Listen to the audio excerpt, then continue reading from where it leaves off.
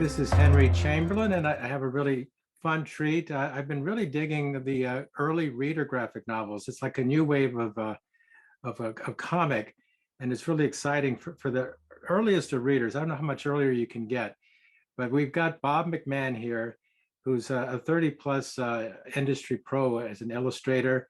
And I think he's really onto something with Cookie and Broccoli. So take it away, Bob. Yeah. Well, my new book, Cooking and Broccoli, Play It Cool,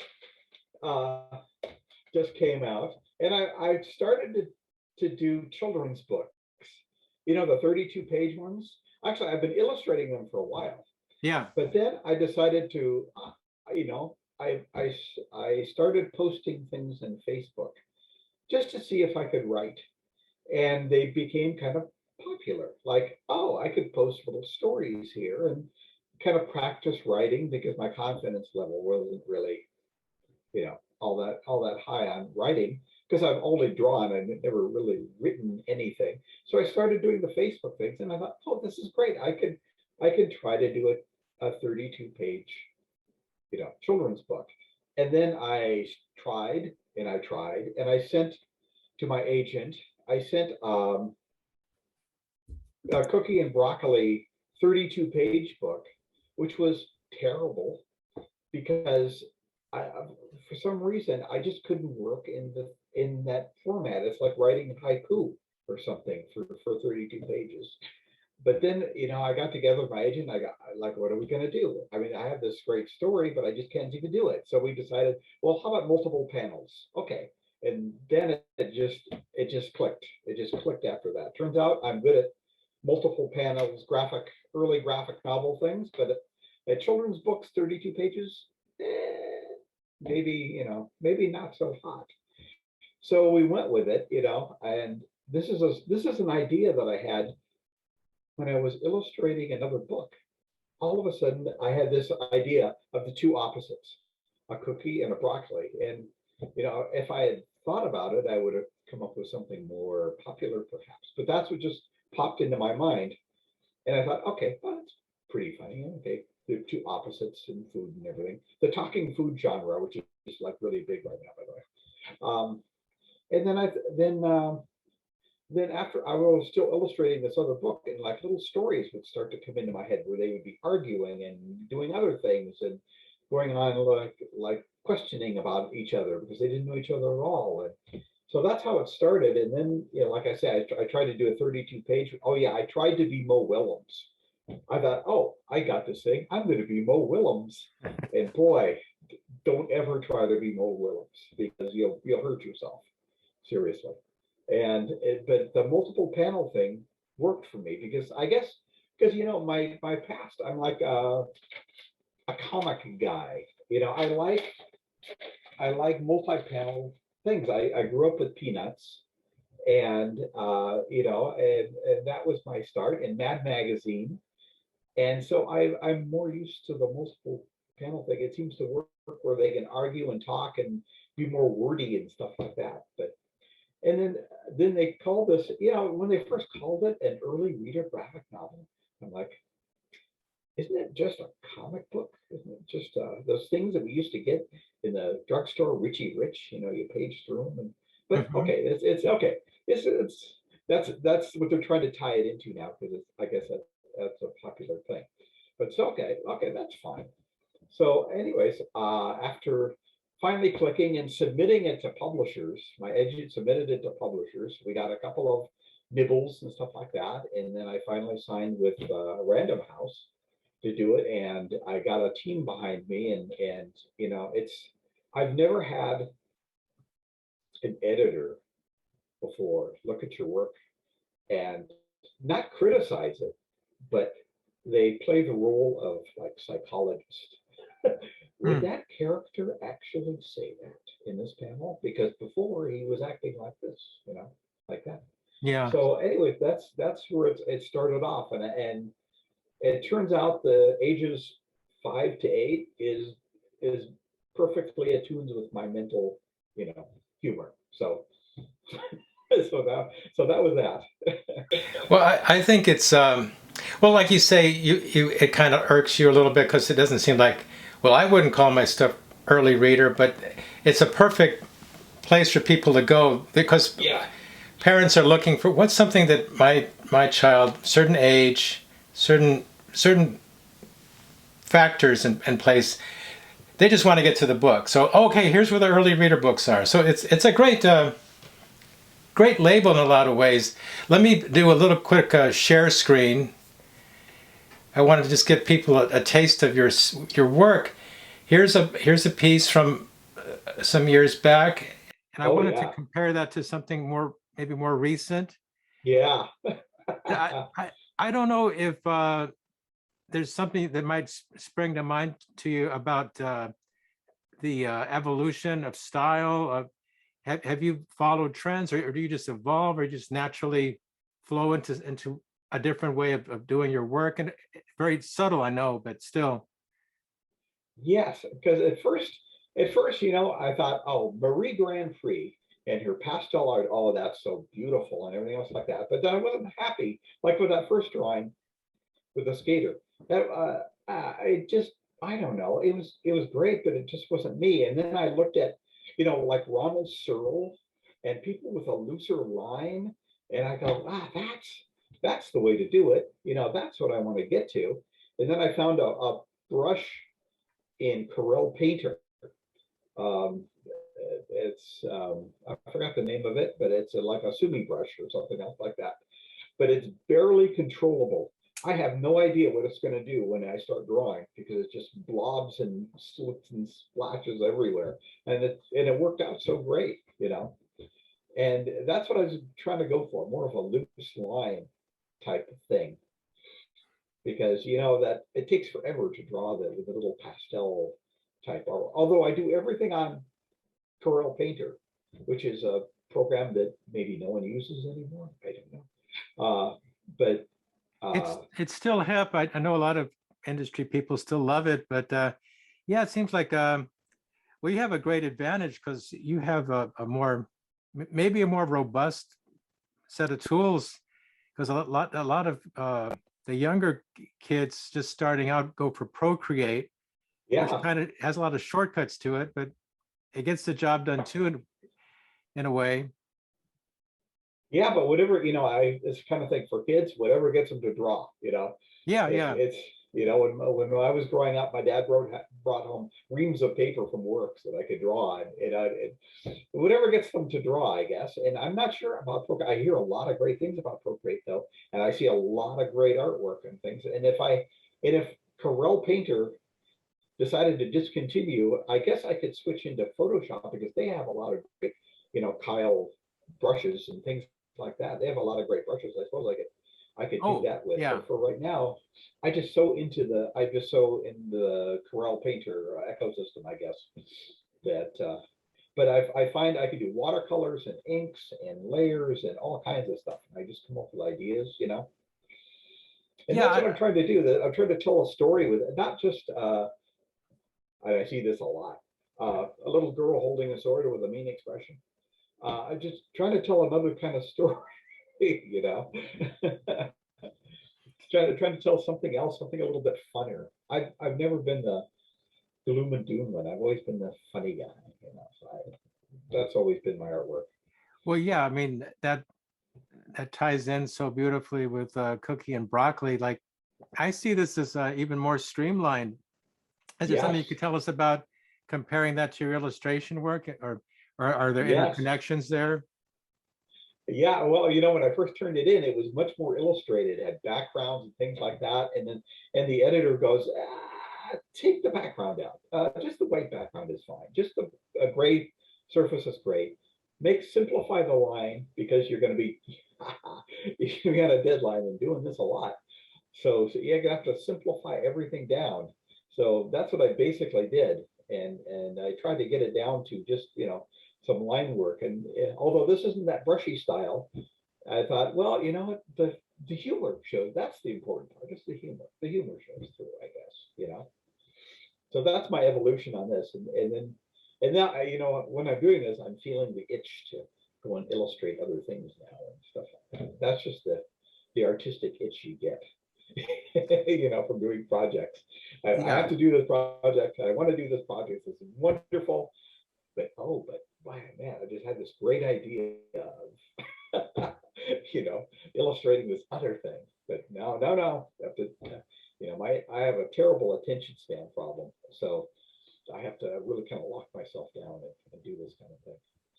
Well, that's the artist's way. You have to go where your mind wants to take you. Of course, you need to be disciplined too. Oh, yes. My mind wants to take me places that don't pay. That's the problem. Well, yeah, but I understand. I wanted to I don't know if this might strike an interesting thought or two. I was just looking at the chapters and I read it last night. I loved it so much because it's so immersive, and the way Broccoli's trying to look cool, and Uh, there's this weird effort to be cool, and then finally there's the ultimate cool look. So chapter one is, are you cool enough, or for the cool crowd? And it's funny Yeah. because you got the cucumber, which I think is an interesting point of departure for parents, because they can try to explain to kids what does cool as a cucumber mean, or stuff like Yes, that. it's like an old-fashioned term or something. Am I aging myself by saying cool as a cucumber? No, But I at think first he was a potato. oh and then I thought, well, it went almost into the final sketch he did the potato, and then I thought, well, why isn't he a cucumber? He should be a cucumber. So I said to the editors, and I go, well, yeah, he should be a cucumber. So, and no, then yeah. yeah, people, I don't know if they'll get that or not, but No, I think what the way I think can be strange sometimes, but I think that the phrase is a great way to just talk about words and awaken the mind, or stimulate the mind of a child. Is, oh, wow, there's this phrase that people used to say a lot, cool as a cucumber, and just the wordplay, because there's so yes, much you can do. There is so yeah, much you can do with words. The English language is just so, it's it has its own rules, but it's a way to get a kid, give them a sense of the sophistication of language, because there's the rules, and then you can break the rules and all of that stuff. So it gives you a oh yeah, taste. It gives you a taste of the world at large, I think. oh yeah, oh yeah. I love wordplay. I really do. In fact, one of my favorite movies is The Music Man. And the Hmm. wordplay in that thing is incredible. How they use these old terms from the 1900s and syncopation in a beat, like one of the first rap songs, right? Yeah, Um, yeah. I love wordplay and what Don Martin used to do in Mad Magazine. We used to make up noise things like that. It's always been great. I always loved that part. So I thought, oh, I'm gonna make up words and I'm gonna use old words. And the first book had that had in it, you know. So see, that that was a big part of the book, where they had that, and I got that from I got that from just from Calvin and Hobbes. That's the Calvin and Hobbes spelling of, by the way. And also once I did that story, I thought, isn't there a story like that? And I kept thinking, I keep seeing SpongeBob going, and so I had to look it up really fast to make sure that he didn't do that story. I'm just reimagining it and repeating it. But no, it was a different story. But it was him using that word. So yeah, I love words and wordplay and things like that. I hope to get that across in the books, that words are a lot of fun. Yeah, I think the best rule of thumb for people starting out is to just be yourself, and Yeah, never talk down to kids. I mean, I think about Bugs Bunny, a lot of the sophisticated things, exactly. going on there, and so you really can't go wrong just being yourself, being silly, your own brand of silly. So you don't have to worry about Yes. trying to be Mo Williams or anything else. You just Oh God, please. I saw PTSD about that. I tried to do that. But yeah, like the old Warner Brothers cartoons, because those were shown in theaters before a movie. They were made for the adults. There's an adult level that they do, and then there's a kid level So there's like jokes for both of them, like that. And that's what I grew up on, those Warner Brothers cartoons. I mean, that's where you learn your all your opera and things like that, all the terms and all those old movie stars and things like that. So, oh yeah, I'm a big fan of those old Warner Brothers cartoons. So tell us about the Cookie and Broccoli series. Are you working on book 3 right now, or? Yes, I am. It's all about secrets. Should I have told you that? Is that a secret? Yes. It's a what is it? It might have been a secret. I don't know. But yes, I'm working on that right now. It's all about kids and keeping secrets and having secrets. And how many kids can you tell before it's not a secret anymore? Before it comes to next. If everyone knows it, is it still a secret? Is it, if everyone knows about a secret spot, is it still secret? I mean, it gets into that whole thing about what is and trying to keep it and being afraid of people knowing your secrets, things like that. It's a whole kind of thing. That's the whole Cookie and Broccoli thing. Is I decided to make it about what kids are thinking and what they're afraid of, rather than doing a books about amazing adventures with wizards and fighting spaceships and lions and things like that. It's more of what kids on the playground have to deal with every day, of jealousy and making friends and trying to be cool. And as someone who draws all their life, obviously I was never cool, but but that's just the burden we bear. Yeah.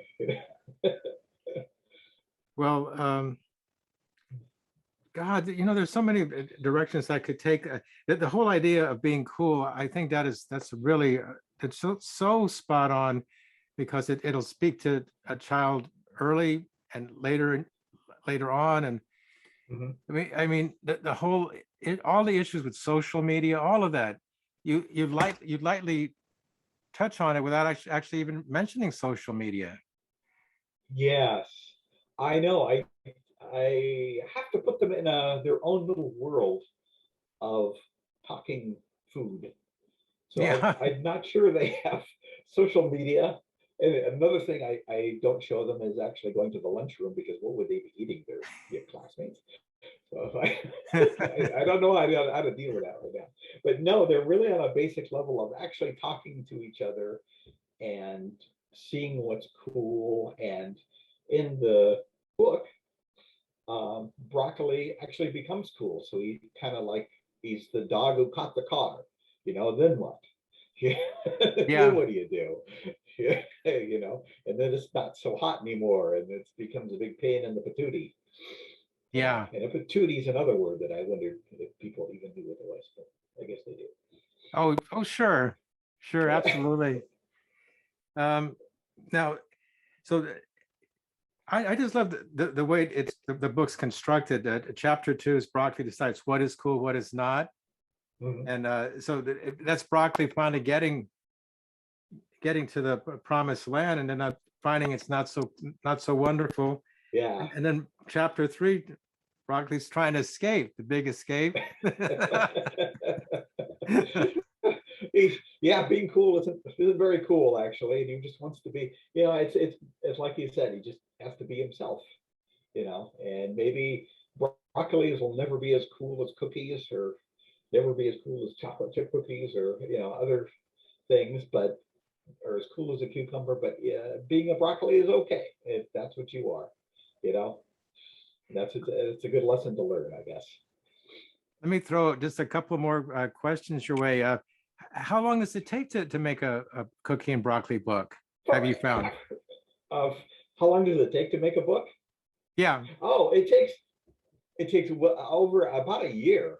About a year. When you come up with the sketches, you turn in your first round of sketches. First, you have to write it up. I write it up in Google Word, and edit, and then when I print it out, I put the script there, and then I just barely follow it, because once you put them down on the page and they start talking to each other, it becomes obvious that it's not going to be like the dialogue on the page, because it's different. It's a different dynamic where they're, call and response. They're talking to each other, and they have to give side looks and things like that. And, so it takes, like an 80-page book, I think you have to do it like about 4 times.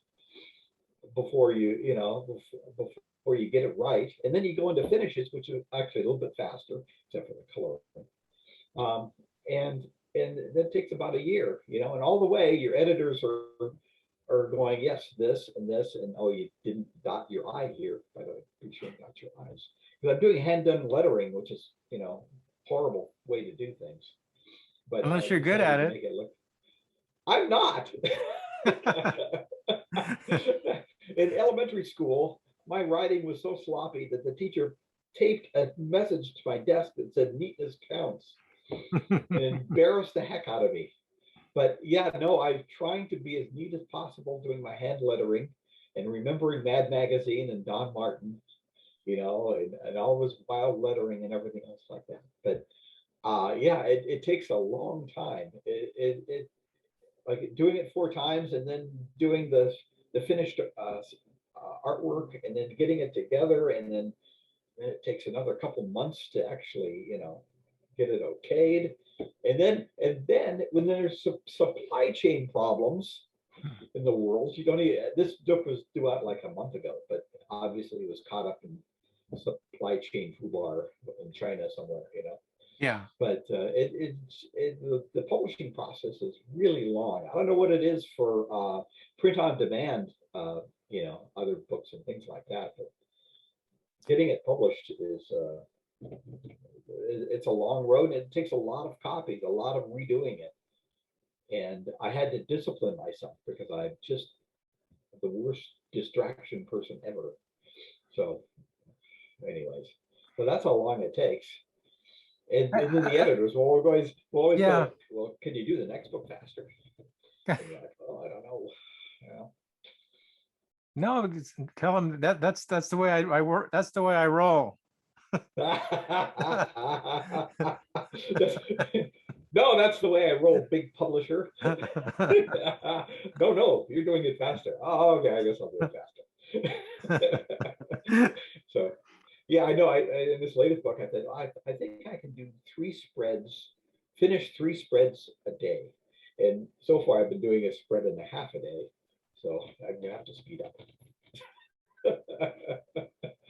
Are you still getting a lot of illustration work done as well, or?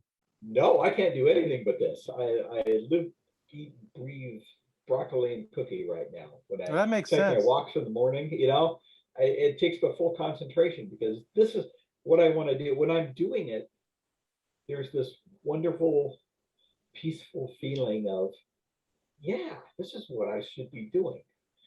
And Yeah. in a way, it's also kind of scary because, like, oh my God, you're showing the silly way that you think, to people, and people are going to go, oh God, he thinks like that. What a weirdo. But that's I guess I get to the age where I just don't care anymore. No, yeah, exactly. Well, I'm sure a lot of people are jealous or actually rooting you on, and or trying to figure out how they can do it too. Well, it's just the fact that I decided to just go ahead, and even though this wasn't the ultimate characters that you would pick for this, just go ahead and do it. Just go ahead.